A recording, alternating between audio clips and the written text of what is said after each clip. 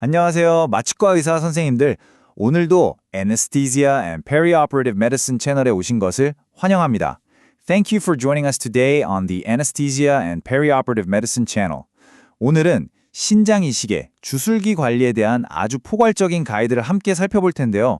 환자의 여정 전체를 따라가면서 깊이 있게 분석해 보겠습니다. 네, 보시는 것처럼 총 5가지 파트로 구성되어 있습니다. 환자의 여정을 시간 순서대로 따라가면서 수술 전 최적화부터 시작해서 가장 중요한 단계인 수술 중 관리, 그리고 수술 후 회복과 통증 조절, 나아가서는 좀 더 복잡한 케이스들에 대한 특별 고려사항, 마지막으로 이 모든 것을 통합하는 최신 ERAS 프로토콜까지 하나하나 자세히 짚어보겠습니다. 그럼 바로 시작해볼까요? 자, 첫 번째 파트입니다. 바로 성공적인 이식을 위한 초석을 다지는 단계, 수술 전 최적화, Preoperative Optimization입니다. 사실 이 단계에서 우리가 환자를 얼마나 잘 준비시키느냐가 이식 수술 전체의 성패를 좌우한다고 해도 과언이 아닐 겁니다. 수술 전 평가의 핵심은 End Stage Renal Disease, 즉 ESRD가 단순히 콩팥 하나만의 문제가 아니라 우리 몸 전체에 영향을 미치는 전신 질환이라는 점을 완벽하게 이해하는 것에부터 시작합니다. 이 표를 한번 보시죠. 정말 다양하죠? 카디오베스큘러 시스템에는 고혈압은 기본이고 좌심실 비대, 심부전, 심지어 폐고혈압까지 동반될 수 있습니다. 히메톨로직 시스템을 보면 거의 모든 환자가 빈혈을 가지고 있고 유레미아 때문에 혈소판 기능장애, 즉 유레믹 코애귤로패시가 생겨서 출혈 경향성도 높아지죠. 또 게스트로인테스티널 시스템에서는 위 배출 지연, 즉 게스트로포리시스가 흔해서 마취 유도 시 애스피레이션 리스크가 굉장히 높습니다. 이 모든 복합적인 문제들이 우리가 세울 마취 계획에 직접적인 영향을 미치게 됩니다. 여러 시스템 중에서도 가장 중요한 건 역시 심혈관계 최적화입니다. 신장 이식 수술 중 사망률의 가장 큰 원인이 바로 심혈관계 합병증이니까요. 이 표는 우리가 의존하는 핵심적인 진단 도구들을 보여줍니다. 기본적으로 ECG를 통해 부정맥이나 허혈성 변화를 확인하고 심장 초음파, 즉 에코카르디오그래피를 통해서는 이젝션 프랙션뿐만 아니라 다이아스톨릭 디스펑션이나 판막 기능, pulmonary artery pressure 등을 아주 면밀하게 평가해야 합니다. 특히 당뇨병성 심부전 환자는 diabetic neuropathy 때문에 silent MI가 많아서 증상이 없더라도 필요하다면 스트레스 테스트나 관상동맥 조영술까지 고려해서 환자의 심장 상태를 정확하게 파악하고 들어가야 합니다. 자, 이제 구체적인 관리로 들어가서 가장 먼저 마주치는 문제는 바로 고칼륨 혈증, 하이퍼칼레미아입니다. 왜 이게 그렇게 중요할까요? 수술 전 투석을 통해 칼륨 수치를 5.5 미만으로 조절하는 것이 목표인데요. 이건 단순히 숫자를 맞추는 게 아니라 우리의 마취 약제 선택과 환자의 안전에 직결되기 때문입니다. 아시다시피 칼륨 수치가 높은 상태에서 근이완제인 석시날콜린을 사용하면 근육세포에서 엄청난 양의 칼륨이 방출되면서 치명적인 심정지까지 유발할 수 있습니다. 그래서 칼륨 수치가 조금이라도 의심되면 석시날콜린은 절대적으로 금기입니다. 또 다른 난관은 대사성 산증, 메타볼릭 애시도시스입니다. 애시도시스 상태가 되면 약물들의 단백결합률이 감소합니다. 예를 들어 프로포폴 같은 약물은 비결합, 즉 프리프랙션이 늘어나면서 약효가 훨씬 강하게 나타날 수 있죠.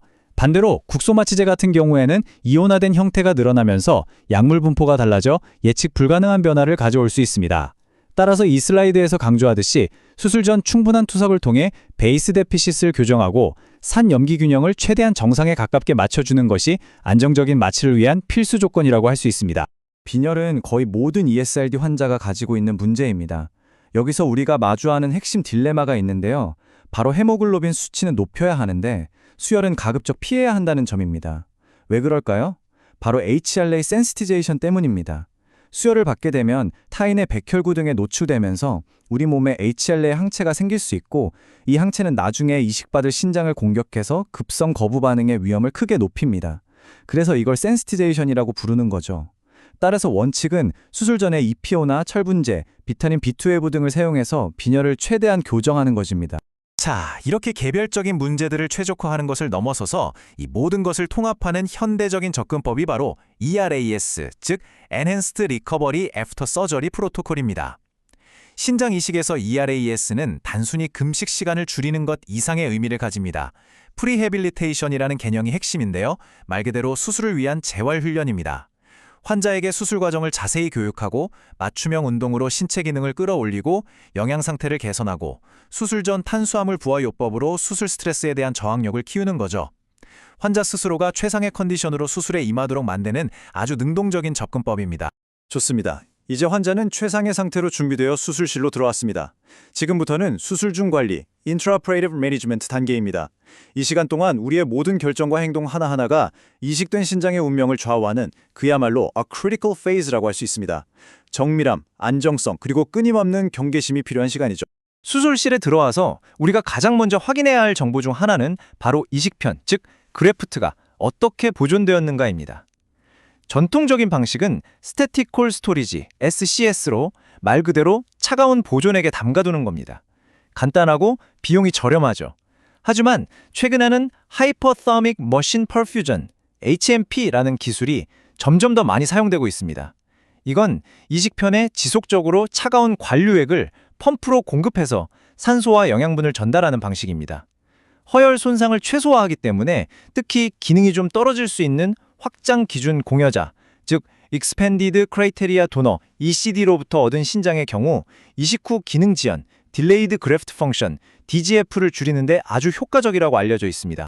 성공적인 이식을 위해서는 마취팀과 외과팀이 완벽하게 같은 그림을 공유하는 것, 즉 A Shared Mental Model을 갖는 것이 정말 중요합니다. 이 체크리스트가 바로 그 강력한 도구입니다.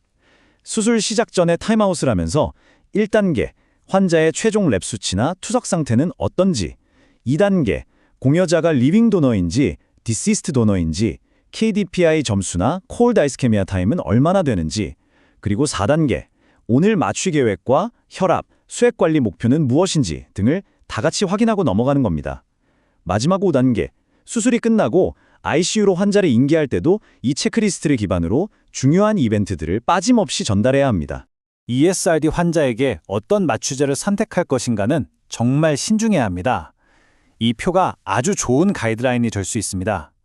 유도제로는 심혈관계 안정성이 좋은 프로포폴이나 에토미데이트가 추천됩니다. 케타민은 교감신경을 자극해서 심장에 부담을 줄 수 있기 때문에 주의해서 사용해야 하고요. 근이완제는 신장으로 배설되지 않는 약물이 핵심입니다.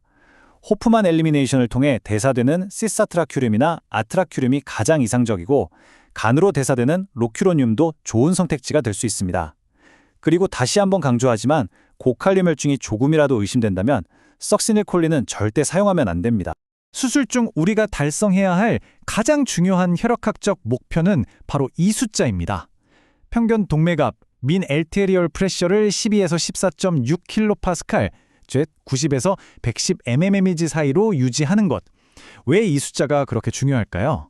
이식된 신장은 신경이 모두 절단된 상태라 혈류를 스스로 조절하는 능력, 즉 오토레귤레이션이 완전히 소실되어 있습니다. 이 말은 새 신장으로 가는 혈류량이 오로지 수혜자의 혈압에만 의존한다는 뜻입니다. 따라서 이 목표 혈압을 안정적으로 유지해주는 것이 새 신장의 생존에 필수적인 가장 중요한 일 중 하나입니다. 수액 관리의 패러다임은 정말 많이 바뀌었습니다. 과거에는 CVP 수치를 보면서 수액을 주입했지만 이제 CVP는 Fluid Responsibility를 반영하는 지표가 아니라는 것이 명확해졌죠. 지금의 표준은 Pulse Pressure Variation PPV나 Stroke Volume Variation GSVV 같은 동적 지표를 이용한 목표지향적 수액 요법, 즉 Goal Directed Fluid Therapy입니다. 이를 통해 불필요한 수액 과다를 막고 이식편 기능 지연을 예방할 수 있습니다. 수액의 종류 역시 중요합니다.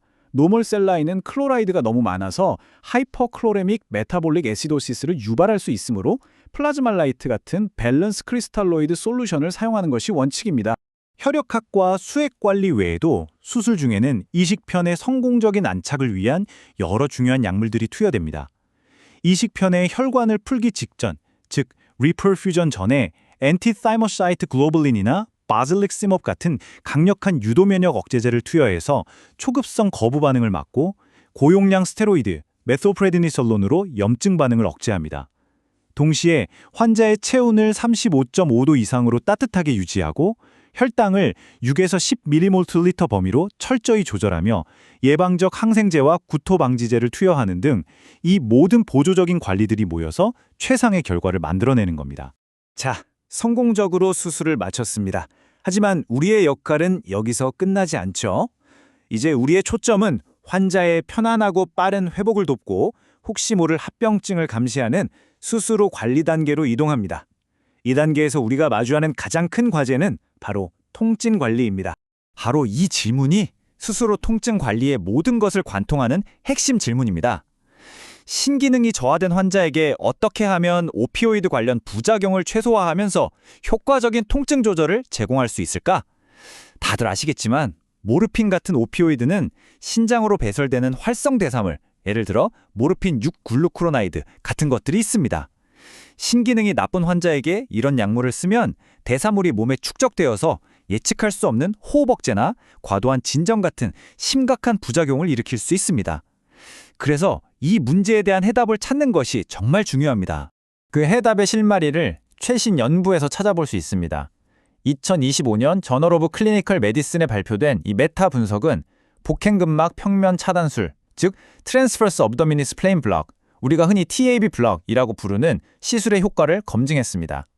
이 프라이스마 플로우 차트를 보시면 연구자들이 수많은 연구들 중에서 어떻게 가장 신뢰도 높은 11개의 무작위 대조 연구, 즉 Randomized Control Trials, RCT를 체계적으로 엄선했는지 그 과정을 투명하게 보여주고 있습니다.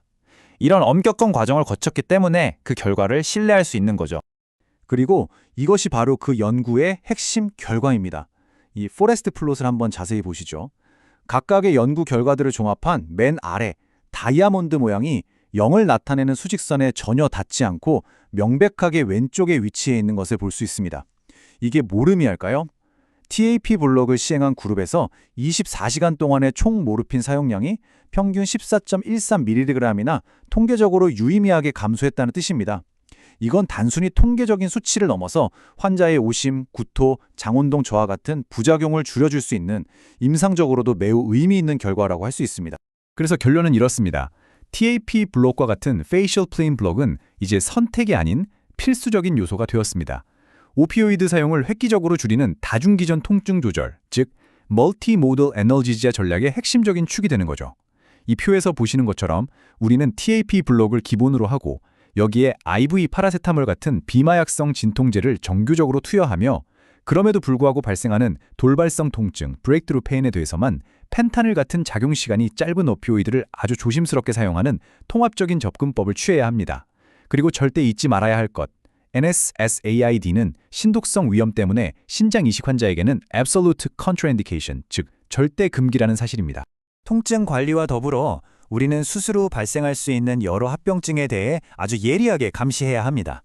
매시간 소변량을 체크하고 혈중 크레아티닌 수치를 추적하면서 급성 거부 반응의 징후는 없는지, 면역 억제제 주입 시 아나필락시스 같은 주입 관련 반응은 없는지, 그리고 특히 고령 환자에서 흔하면서도 예후에 큰 영향을 미치는 수술 후 선망, 포스트 오퍼레이티브 딜레리움 POD가 발생하지는 않는지 이 모든 것들을 세심하게 살펴야 합니다. 네, 지금까지는 비교적 일반적인 신장이식의 관리 원칙을 살펴보았습니다. 하지만 실제 임상 현장은 교과서처럼 흘러가지 않죠. 지금부터는 우리의 전문성과 임기응변 능력을 더욱 요구하는 복잡하고 고위험인 특수 상황들, Special Considerations에 대해 알아보겠습니다. 대표적인 예가 바로 혈액형 부적합, 즉 ABO Incompatible 이식입니다. 이건 마취과 의사에게 아주 독특한 도전 과제를 안겨줍니다.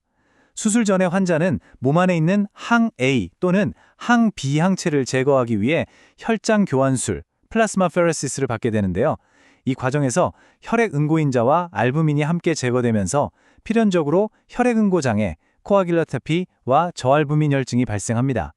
따라서 우리는 출혈 위험에 대비해야 하고 응고 문제 때문에 TAB 블락 같은 부위 마취가 불가능한 경우가 많습니다.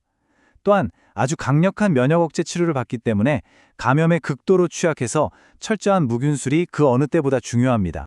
ABO 부적합 이식 수술 중에 만약 수혈이 필요하다면 아주 특별한 원칙을 반드시 따라야 합니다. 정말 중요하니까 꼭 기억해 주세요. 항체 반응을 피하기 위해서 적혈구, RBCS는 수혜자 본인의 혈액형과 일치하는 것을 수혈합니다. 하지만 항체가 들어있는 혈장, 플라즈마와 혈소판, 플레이틀렛은 반대로 수혜자의 항체와 반응하지 않는, 즉 공여자의 혈액형이나 항체가 아예 없는 AB형을 선택해야 합니다. 이 간단하지만 결정적인 원칙이 이식의 성패를 가를 수도 있습니다. 교환 이식, 즉 paired kidney donation은 마치 하나의 잘 짜여진 거대한 오케스트라의 연주와도 같습니다. 서로 맞지 않는 여러 공여자, 수혜자 쌍을 연결해서 동시에 여러 수술방에서 수술이 진행되기 때문에 완벽한 시간 관리와 병원 내 여러 부서 간의 긴밀한 의사소통, 즉 logistical coordination이 필수적입니다. 우리 마취과 의사는 단순히 내 방의 환자 한 명만 보는 것을 넘어서 전체 수술 체인의 진행 상황을 파악하고 다른 팀과 끊임없이 소통하며 이 복잡한 과정을 조율하는 중요한 지휘자의 역할을 맡게 됩니다. 자, 이제 마지막 파트입니다. 지금까지 우리가 논의했던 이 모든 개별적인 관리 요소들, 즉 수술 전 평가, 수액 관리, 통증 조절 등을 ERS라는 하나의 통합적인 틀 안에서 어떻게 유기적으로 연결해서 시너지를 낼 수 있는지 종합적으로 정리해 보겠습니다. 이 표가 바로 오늘 논의한 모든 내용을 담고 있는 실용적인 로드맵이라고 할 수 있습니다. 보세요. 수술 전 단계에서 시행한 환자 교육과 프리해빌리테이션, 탄수화물 부하 요법이 수술 중 단계의 목표 지향적 수행 요법과 오피오이드 절약 마취로 이어지고, 이것이 다시 수술 후 단계의 다중기전 통증 조절을 통한 조기 보행과 조기 영양 공급을 가능하게 합니다. 이 모든 요소들이 각각 따로 노는 것이 아니라 하나의 연속적인 프로토콜로 통합될 때 환자의 회복을 극대화하고 합병증을 줄일 수 있다는 것, 이것이 이 ARAS의 핵심 철학입니다. 여러분의 임상 현장에서도 이 틀을 꼭 적용해 보시길 바랍니다. 오늘 우리는 신장 이식 주술기 관리에 대한 현재까지의 최상의 진료 지침, 즉 Current Best Practice를 총망라해서 살펴보았습니다. 하지만 이 슬라이드가 던지는 질문처럼 의학 지식과 증거는 끊임없이 진화하고 있습니다. 오늘 우리가 최고라고 믿었던 방법이 내일은 더 나은 새로운 증거에 의해 대체될 수 있습니다. 중요한 것은 항상 새로운 지식에 귀를 열고 우리가 하는 일을 비판적으로 성찰하며 어떻게 하면 내일은 더 나은 진료를 할 수 있을까 고민하는 자세일 것입니다. 이것이야말로 우리 환자들에게 최상의 결과를 제공하는 진정한 길이라고 믿습니다. 오늘 분석에 함께해 주셔서 대단히 감사합니다.